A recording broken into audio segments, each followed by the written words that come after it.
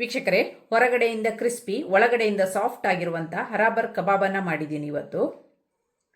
ಇದು ಪಾರ್ಟಿಗಳಲ್ಲೆಲ್ಲ ಒಂದು ಸ್ಟಾರ್ಟರ್ ಆಗಿ ಒಳ್ಳೆ ಒಂದು ವೆಜ್ ರೆಸಿಪಿ ಆಗಿರುತ್ತೆ. ಇದನ್ನು ಒಮ್ಮೆ ಟ್ರೈ ಮಾಡಿ. ಹಾಗೂ ಮಾಡುವ ಪ್ರೊಸೀಜರನ್ನು ಏನಂತ ನೋಡೋಣ. ಎಲ್ರಿಗೂ ನಮಸ್ಕಾರ. ಪುಷ್ಪ ಶೆಟ್ಟಿಸ್ ಕುಕಿಂಗ್ ಡೈರಿಗೆ ಸ್ವಾಗತ. ಈಗ ಪಾಲಕ್ನ ಸೀಸನ್ ಆಗಿರೋದ್ರಿಂದ ಹಸಿರು ಫ್ರೆಶ್ ಆಗಿರೋ ಪಾಲಕ್ ಸಿಗ್ತದೆ. ಹಾಗೂ ಹಸಿರು ಬಟಾಣಿಯ ಸೀಸನ್ನು ಸಹ ಹೌದು. ಆದ್ದರಿಂದ ನಾನಿವತ್ತು ಒಂದು ಹರಾಬರ ಕಬಾಬನ್ನು ಮಾಡೋಣ ಅಂತಿದ್ದೀನಿ. ಇದು ಪಾರ್ಟಿಗೂ ಎಲ್ಲ ಮಾಡಿ ಇಟ್ಕೋಬೋದು. ಇದು ವೆಜಿಟೇರಿಯನ್ಸಿಗೆ ಒಳ್ಳೆ ಒಂದು ಸ್ಟಾರ್ಟರ್ ರೆಸಿಪಿ ಅಂತಲೂ ಹೇಳ್ಬೋದು. ಈ ಹರಾಬರ ಕಬಾಬನ್ನು ಮಾಡಲಿಕ್ಕೆ ನಾನು ಒಂದು ಬಂಚ್ ಪಾಲಕ್ ಸೊಪ್ಪನ್ನ ತಗೊಂಡಿದ್ದೀನಿ. ಈ ಪಾಲಕ್ ಸೊಪ್ಪನ್ನ ದಂಟನ್ನೆಲ್ಲ ತೆಗೆದು ಉಪ್ಪು ನೀರಲ್ಲಿ ಕ್ಲೀನಾಗಿ ವಾಶ್ ಮಾಡ್ಕೊಂಡು ಬಂದಿದ್ದೀನಿ. ಹಾಗೂ ಒಂದು ಅರ್ಧ ಕಪ್ಪು ಹಸಿರು ಬಟಾಣಿಯನ್ನು ತಗೊಂಡಿದ್ದೀನಿ. ಈಗ ನಾನು ಆಲ್ರೆಡಿ ನೀರನ್ನು ಕುದಿಯಕ್ಕೆ ಇಟ್ಟಿದ್ದೀನಿ. ಇದಕ್ಕೆ ಸ್ವಲ್ಪ ಒಂದು ಅರ್ಧ ಟೀ ಸ್ಪೂನ್ ಆಗುವಷ್ಟು ಉಪ್ಪನ್ನು ಸೇರಿಸ್ತಾ ಇದ್ದೀನಿ. ಒಂದು 1/4 ಟೀ ಸ್ಪೂನ್ ಆಗುವಷ್ಟು ಹಳದಿನ ಹಾಕ್ತಾ ಇದ್ದೀನಿ. ಹಾಗೂ ಪಿಂಚ್ ಸಕ್ಕರೆಯನ್ನು ಹಾಕ್ತಾ ಇದ್ದೀನಿ. ಈಗ ನಾನು ಏನು ಕ್ಲೀನ್ ಮಾಡಿ ಇಟ್ಕೊಂಡಿದ್ದೀನಿ ಈ ಪಾಲಕನ್ನ ಇದಕ್ಕೆ ಹಾಕಿ ಕುದಿಸ್ತಾ ಇದ್ದೀನಿ. ಈಗ ತಗೊಂಡಂತ ಬಟಾಣಿನೂ ಸಹ ಇದಕ್ಕೆ ಹಾಕ್ತಾ ಇದ್ದೀನಿ. ಹಳದಿ ಮತ್ತೆ ಸಕ್ಕರೆನ ಯಾಕೆ ಹಾಕ್ತಿದ್ದೀನಿ ಅಂದ್ರೆ ಇದು ಪಾಲಕಿನ ಕಲರು ಚೇಂಜ್ ಆಗಲ್ಲ, ಹಾಗಾಗಿ ಇದನ್ನ ಹಾಕಿದ್ದೀನಿ. ಇದು ಸ್ವಲ್ಪ ಒಂದು ಕುದಿ ಬರಲಿ. ಈಗ ಪಾಲಕ್ ಬಟಾಣಿ ಸ್ವಲ್ಪ ಬೆಂದಿದೆ. ಈಗ ಬೆಂದಂತ ಪಾಲಕ್ ಮತ್ತು ಬಟಾಣಿನ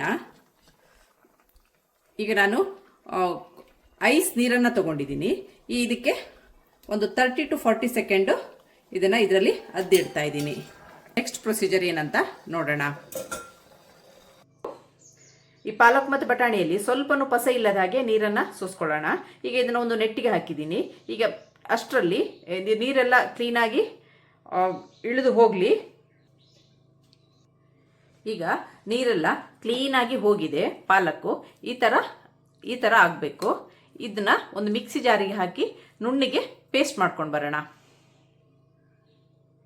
ಈಗ ನಾನಿಲ್ಲಿ ಬೇಯಿಸಿಟ್ಕೊಂಡಂಥ ಪಾಲಕ್ ಮತ್ತು ಬಟಾಣಿಯನ್ನು ಚೆನ್ನಾಗಿ ಈ ಥರ ಗಟ್ಟಿಯಾಗಿ ಪೇಸ್ಟ್ ಮಾಡ್ಕೊಂಡು ಬಂದಿದ್ದೀನಿ.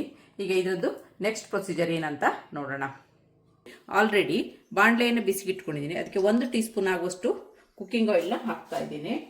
ಒಂದು ಸಣ್ಣ ಟೀ ಸ್ಪೂನಲ್ಲಿ 1 ಟೀ ಸ್ಪೂನ್ ಜೀರಿಗೆಯನ್ನು ಹಾಕ್ತಾ ಇದ್ದೀನಿ. ಜೀರಿಗೆ ಸಿಡಿತಾ ಇದೆ. ಈಗ 1 ಟೇಬಲ್ ಸ್ಪೂನ್ ಆಗುವಷ್ಟು ಬೆಳ್ಳುಳ್ಳಿಯನ್ನು ಹಾಕಿದ್ದೀನಿ. 1 ಟೀ ಸ್ಪೂನ್ ಆಗುವಷ್ಟು ಶುಂಠಿಯನ್ನು ಸಣ್ಣಗೆ ಹೆಚ್ಚಿಟ್ಕೊಂಡಿದ್ದನ್ನು ಹಾಕ್ತಾ ಇದ್ದೀನಿ. ಇದು ಸ್ವಲ್ಪ ಹಸಿ ವಾಸನೆ ಹೋಗೋ ತನಕ ಹುರ್ಕೊಳ್ಳೋಣ. ಈಗ ಸಣ್ಣಗೆ ಹೆಚ್ಚಿಟ್ಕೊಂಡಂಥ ಹಸಿರು ಮೆಣಸಿನ್ಕಾಯಿನ ಹಾಕ್ತಾ ಇದ್ದೀನಿ. ಎಲ್ಲವನ್ನು ಸಣ್ಣಗೆ ಹೆಚ್ಚಿಟ್ಕೊಳ್ಳಿ.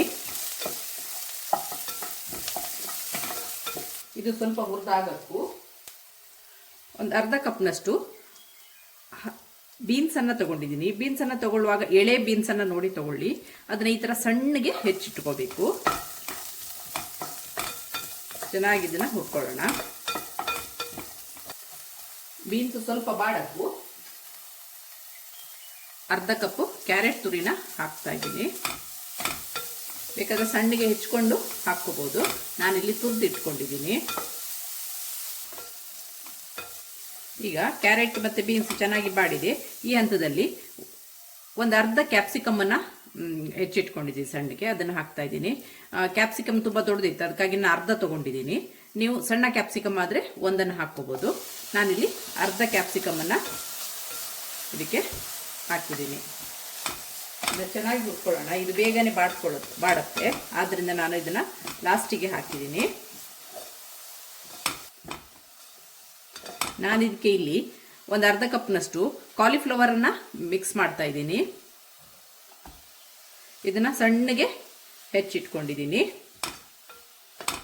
ಕಾಲಿಫ್ಲವರ್ ಹಾಕಿದರೆ ಟೇಸ್ಟು ತುಂಬ ಚೆನ್ನಾಗಿ ಬರುತ್ತೆ. ಆದ್ದರಿಂದ ಇದನ್ನು ನಾನು ಇಲ್ಲಿ ಮಿಕ್ಸ್ ಮಾಡ್ತಾ ಇದ್ದೀನಿ. ಇದು ಚೆನ್ನಾಗಿ ಇದರಲ್ಲಿ ಒಮ್ಮೆ ಬಾಡಲಿ. ಈ ಹಂತದಲ್ಲಿ ರುಚಿಗೆ ತಕ್ಕಷ್ಟು ಉಪ್ಪನ್ನು ಹಾಕೋಣ. ಈಗ ತರಕಾರಿಗಳೆಲ್ಲ ಚೆನ್ನಾಗಿ ಬಾಡ್ಕೊಂಡಿದೆ. ಈ ಹಂತದಲ್ಲಿ ನಾವು ಈಗ ಪಾಲಕ್ ಮತ್ತು ಹಸಿರು ಬಟಾಣಿಯ ಪೇಸ್ಟನ್ನು ಇದಕ್ಕೆ ಆ್ಯಡ್ ಮಾಡಿದ್ದೀನಿ. ಈಗ ಇದನ್ನು ಚೆನ್ನಾಗಿ ಹುರ್ಕೊಳ್ಳೋಣ.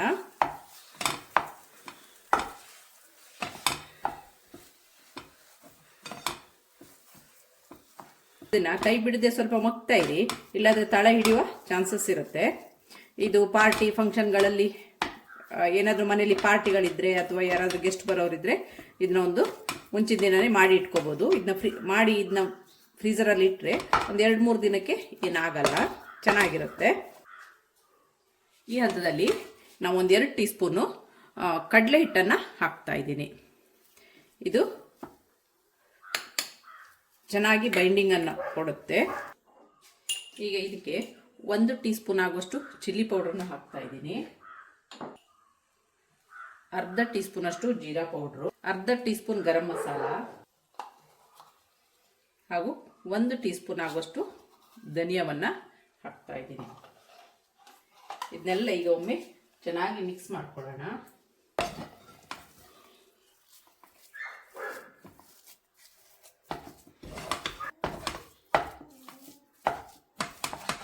ಇದು ಬಾಡಿಸೋದ್ರಲ್ಲೇ ಇರೋದು. ಈಗ ಮಸಾಲೆಗಳೆಲ್ಲ ಚೆನ್ನಾಗಿ ಮಿಕ್ಸ್ ಆಗಿದೆ. ಈಗ ಗ್ಯಾಸನ್ನು ಆಫ್ ಮಾಡೋಣ. ಇದು ಬಿಸಿರುವಾಗಲೇ ಸ್ವಲ್ಪ ಕಸೂರಿ ಮೇಥಿ, ಆಮ್ಚೂರ್ ಪುಡಿಯನ್ನು ಹಾಕಿ ಇದನ್ನು ಮಿಕ್ಸ್ ಮಾಡ್ತಾ ಇದ್ದೀನಿ. ಇದನ್ನು ಈಗ ಒಂದು ಬೌಲಿಗೆ ಟ್ರಾನ್ಸ್ಫರ್ ಮಾಡ್ಕೊಳ್ಳೋಣ. ಇದರ ಕನ್ಸಿಸ್ಟೆನ್ಸಿ ಹೇಗೆ ಹೇಳಿದರೆ, ಇದು ಸ್ಪೂನ್ ಹಾಕಿದರೆ ಹಾಗೂ ಸ್ಪೂನಿಗೆ ಅಂಟಬಾರ್ದು. ಈ ಥರ ಬಂದರೆ ಇದರ ಕನ್ಸಿಸ್ಟೆನ್ಸಿ ಸರಿಯಾಗಿ ಬಂದಿದೆ ಅಂತ ಅರ್ಥ. ಈಗ ಇದಕ್ಕೆ ಇನ್ನು ಕೆಲವೊಂದು ಸಾಮಗ್ರಿಗಳನ್ನು ಹಾಕ್ಕೋಬೇಕು. ಏನೇನು ಹಾಕೋದು ಅಂತ ನೋಡೋಣ.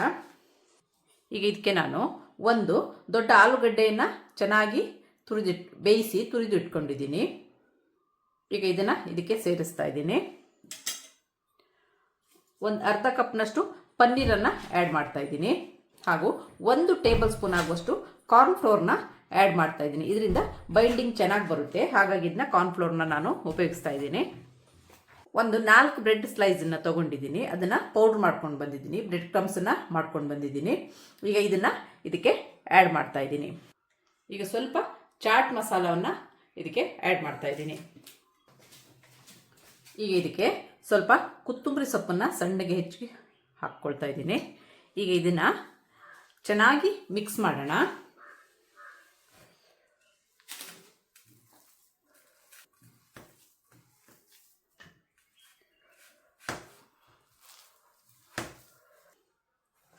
ಈಗ ಇದು ಆಗಿದೆ. ಈಗ ಇದನ್ನು ಒಂದೊಂದೇ ಚಿಕ್ಕ ಚಿಕ್ಕ ಉಂಡೆಗಳನ್ನಾಗಿ ಮಾಡಿ ಹರಾಬರ ಕಬಾಬನ್ನು ಮಾಡೋಣ. ಬೇಕಾದಷ್ಟು ದೊಡ್ಡ ಗಾತ್ರದ ಉಂಡೆಯನ್ನು ಮಾಡಿಕೊಂಡು ಈ ಥರ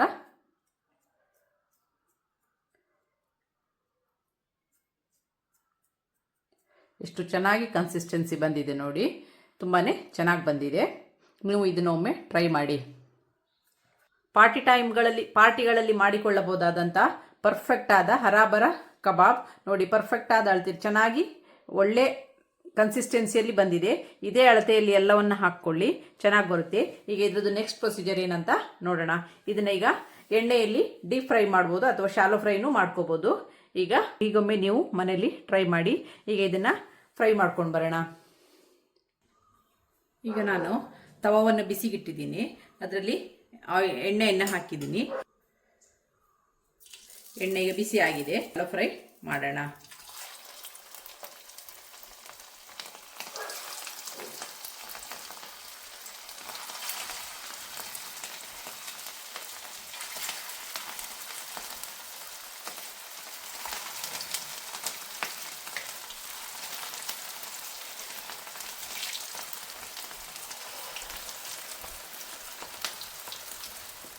ಫ್ಲೇಮ್ ಲೋವಲ್ಲಿರಲಿ, ಚೆನ್ನಾಗಿ ಒಳಗಡೆ ಬೇಯಲಿ. ಹೈ ಫ್ಲೇಮ್ ಇಟ್ಟರೆ ಒಳಗಡೆ ಬೇಯಲ್ಲ, ಹೊರಗಡೆ ಮಾತ್ರ ಕಲರ್ ಚೇಂಜ್ ಆಗುತ್ತೆ. ಇದು ಯಾವುದೇ ಕಲರನ್ನು ಹಾಕದೆ ಹರಾಬರ ಕಬಾಬನ್ನು ಮನೆಯಲ್ಲಿ ಹೆಲ್ದಿಯಾಗಿ ಮಾಡ್ಕೋಬೋದು. ನೀವು ಇದನ್ನು ಒಮ್ಮೆ ಟ್ರೈ ಮಾಡಿ. ಹಾಗೆಯೇ ನಿಮಗೆ ನನ್ನ ಈ ರೆಸಿಪಿ ಇಷ್ಟವಾದಲ್ಲಿ ಪುಷ್ಪಾ ಶೆಟ್ಟಿಸ್ ಕುಕಿಂಗ್ ಡೈರಿ ಇದಕ್ಕೆ ಒಂದು ಲೈಕ್ ಕೊಡಿ, ಶೇರ್ ಮಾಡಿ, ಕಮೆಂಟ್ ಮಾಡಿ. ಸಬ್ಸ್ಕ್ರೈಬ್ ಆಗಿಲ್ಲ ಅಂದರೆ ಸಬ್ಸ್ಕ್ರೈಬ್ ಆಗಿ ಹಾಗೂ ನಿಮ್ಮ ಫ್ಯಾಮಿಲಿ ಮತ್ತು ಫ್ರೆಂಡ್ಸ್ಗಳ ಜೊತೆನೂ ಹಂಚಿಕೊಳ್ಳಿ. Thanks for watching. ಒಂದೊಂದಾಗಿ ಇದನ್ನು ಉಲ್ಟಾ ಹಾಕೋಣ. ಎಷ್ಟು ಚೆನ್ನಾಗಿ ಬಂದಿದೆ ನೋಡಿ.